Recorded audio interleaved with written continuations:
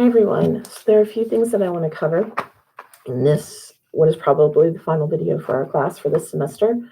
You are on your final essay, but I do want to cover very quickly the revisions that you were working on. Remember, you had the option of doing a short revision, which would be due today, or doing a long revision with an email to me today that would explain what you've done and what you have left to do, and then you would submit on Friday.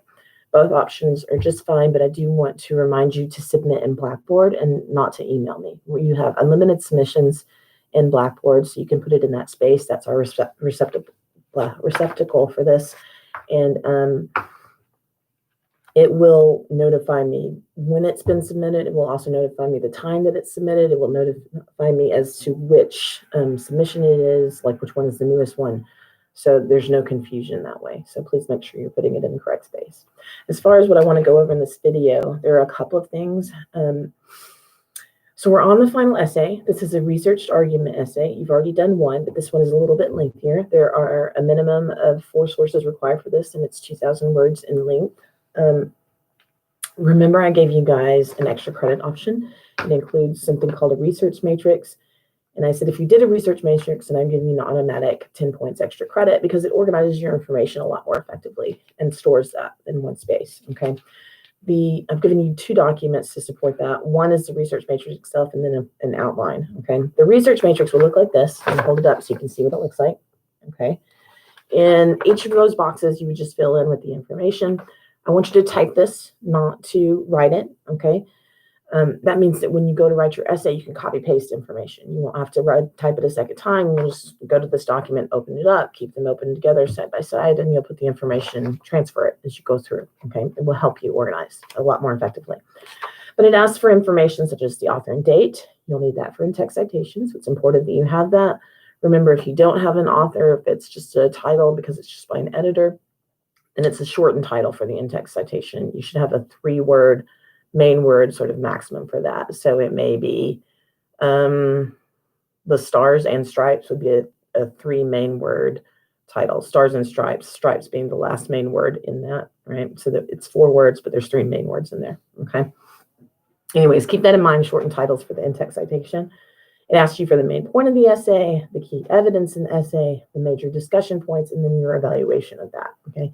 If you keep all of that information together in one space, it will make writing your essay a lot easier because your evidence will all be right there. And you'll also be able to balance the information that you're putting in your essay a lot more. So when you have topics that are discussing the same topic, or when you have essays that are discussing the same topic and they either agree or disagree, you'll know that and can reference it when you're putting it into your paper, right? That will help you to balance and synthesize your information a lot more. It builds on your credibility because it shows that you know the conversation and not just a single source as you go on. So that's important because research arguments are not about your opinion as much as they are about showing that you're aware of the conversation and what people are saying and that you're able to evaluate that and come to an opinion afterwards, okay? Now, keep in mind that notion of when you develop your opinion is going to be really, really important to writing a good paper this time.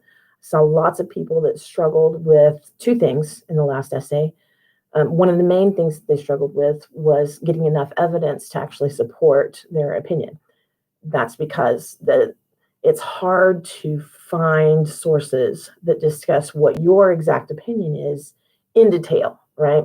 They're going to have different reasons for supporting the same stance that you have, and they may only mention how you feel about it in like 1 sentence. That doesn't give you enough to write a paper, right? Now, if you read what they have to say and allow that to impact you instead of searching out one key idea, then you may find that your opinion changes somewhat or that you get a better reason for supporting it. Or, and here's where other people struggled, you get a more nuanced notion of whatever the issue is, and you're able to articulate that reason a little better. A lot of people struggled with articulating their reasoning. That means you need to see what other people are saying about it because you'll see when they agree with you and you're like, oh, yeah, that's really what I mean by that. You're allowing your sources to help shape your opinion, right? That's how research works. So don't go into it with a stance in mind. Meaning when you go to research, maybe you already have a position. If your topic was abortion or legalizing marijuana or whatever the different topics were for this paper, you go into it with your own opinion. You may be pro-life or pro-choice, whatever it is, right? But then you read your sources. when you're doing research, you're allowing those sources to shape your opinion based on the evidence that they have there, right? So you're excluding all that other information. What you're referencing is going to be the information right there. So even if you're pro-life, if you find that the evidence just doesn't agree with you, you may have to say, while I am pro-life, these are the reasons why, I was convinced that maybe pro-choice has some good reasoning behind it, right? Whatever it is, you should allow it to change your opinion.